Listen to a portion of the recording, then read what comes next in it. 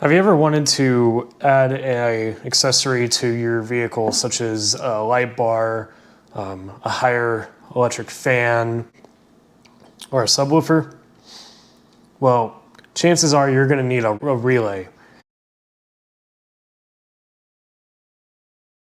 Now, a relay is this square-looking little box right here, and what it does is it allows the transfer of current from your battery to the device, so let's say a fan for instance, without putting the max load on your switch. So generally, relays are rated for about 40 amps and most switches are rated for about 6 amps. If we have an electric fan, for instance, that's 30 amps, it's going to blow the switch. It could lead to a fire risk. That's where the relay comes into play. We have 4 pins here, and they each control a different part. So using a relay will allow you to keep the high amp wires in your engine bay and then place your low amp wires in your engine or in your passenger compartment. So why do I need a relay? It reduces the risk of fire inside the car, which we talked about that, and it takes the stress off the switch because, like I said, if you have a 40 amp relay, you can either use that with a 30 amp fan and your switch is only about a 6 amp switch, so you don't want to blow your switch there. So here are some tools you're going to need. You're going to need the relay, of course, and then we're going to need the wire cutter and stripper that we've seen in other videos. We'll need a crimper, some wire connectors, and then some oxygen-free copper wire. Links to all the tools I used in this video can be found in the description below. Now generally you have 2 different types of relays. Standard, they're about 40 amps. We have a 4-pin and a 5-pin. The only thing you need to know really is that a 4-pin will control 1 item, a 5-pin will control 2 items. So let's draw a little diagram here to kind of show you how this is all going to work. So we have our battery. We'll have our fan. We'll have a switch.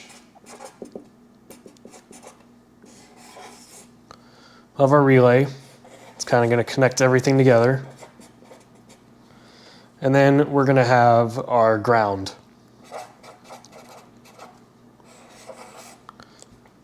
If we were running dual fans, we could hook all those fans to one relay if that relay is rated for the max amperage of the combined fans. So on the Jeep, I actually have a 80 amp relay that controls the EFI system. So I have all those high amp wires in the engine bay, and then I have lower amp wires in my engine compartment, or in my passenger compartment, sorry. So for the battery, we're gonna run pin number 30.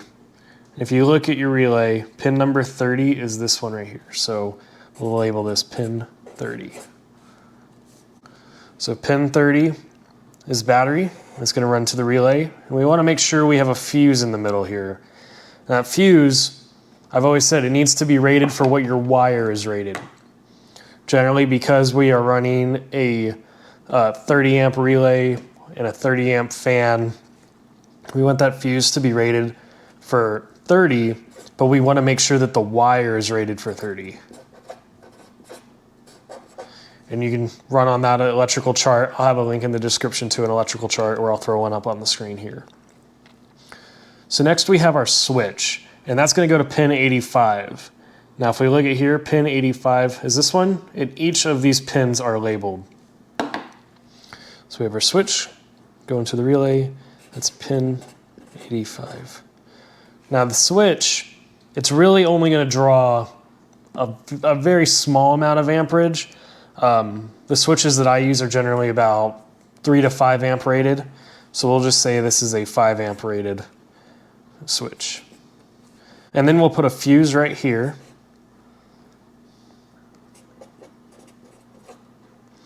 We want to make sure that's rated for that wire, or rated to the switch. So we have a 5 amp fuse. The switch in this demonstration we're doing right now is going to be powered. So the switch is going to turn on this relay. So it's going to connect power from, let's say, a fuse tap or the fuse box to the relay to turn everything on. I'm going to show you in the next one a a different way to hook this all up, but it's still very similar. So that switch has two ends. We have the end that's going to the relay. Then we have another end that's going to go to 12 volts. That could be any type of constant or keyed wire, and we could use a fuse tap for that.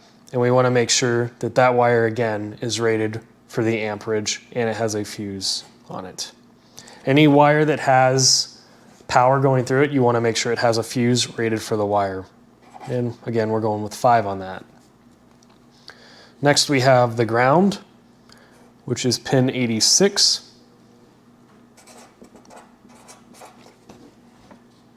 And that's this one right here. That's all we need to do it. We don't need to hook up any type of fuse to this because ground doesn't have power. It's just completing the circuit with a ground. Lastly, we have our fan. And we said that this is a 30 amp fan. So we need a fuse here and a wire that's rated for 30 amps. And then that is pin number 30.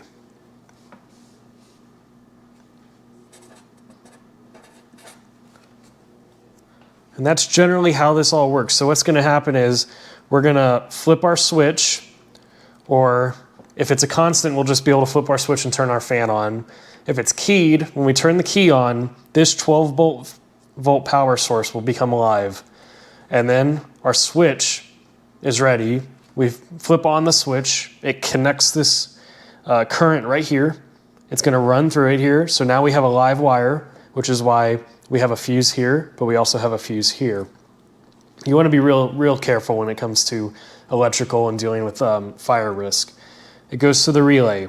The relay is now powered on, which is, think of the relay like a switch. Like this is a switch that we have to control with another switch. So the relay is now switched on because of this current is connected.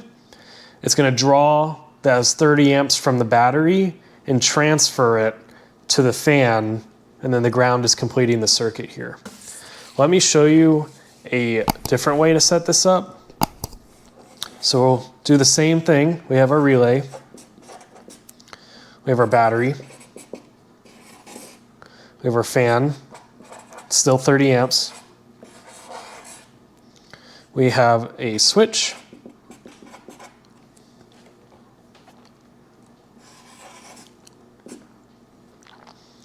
And then instead of a ground, this is going to actually be a 12 volt power source over here.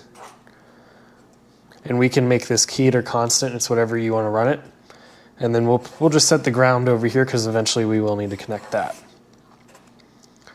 So same thing, battery to relay, 30 amp fuse, wire rated for 30, relay 30 max. We have our fan with our fuse, 30, because we want to make sure everything is equal. Our switch, we're not going to add a ground to it yet, we're not going to add a fuse to that. Our relay, we're going to hook up to a 12 volt power source for pin number 85. So that switch pin is going to be 12 volt. And these all have little diagrams on top, but I find it easier to look at it from this perspective. Our battery is still pin 30, and our fan is 87. This needs to be 87. So our fan's 87, battery's 30, 12 volt constant is always pin 85, and then we're going to run we'll run a 5 amp hour here because that's the draw we were expecting from the switch. So we'll run a 5 amp, not amp hour, 5 amp fuse right here, and then that wire's rated for that. Our switch is actually going to be behind the dash, like any switch, but now it's connected to the ground. So we have 2 pins on our switch, 2 wires.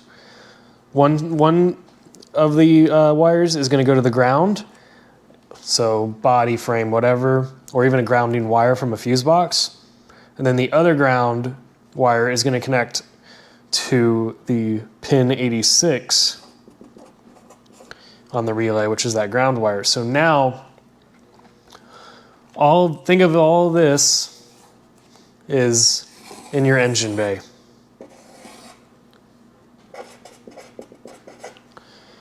Your dash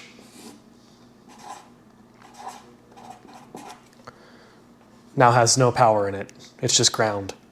So we're turning the relay on by grounding it now. So we'll flip our switch. The circuit is now complete. And then that turns on the relay. So the relay is already getting its 12 volts. Battery's got the 30 volts coming through. The fan's coming. So the relay is acting the same. Just instead of creating the circuit on the other one, where we create the circuit with a switch turning on that 12 volt, 5 amp connection to complete the circuit. We're now completing the circuit with just turning on the ground. If you're building a wiring harness from scratch, this is what I recommend. I wish I had done this with the Jeep. But the Jeep, I wasn't building it from scratch. I was using an existing fuse box along with my other 2 fuse boxes. So that's kind of how I would run it nowadays, because then you would have no power, no live wires in your dash area. It would all be contained in the engine in front of the firewall. So that kind of sums up how to run a relay, how to set it up, kind of a basic explanation and how to wire everything. Hope that made sense to y'all.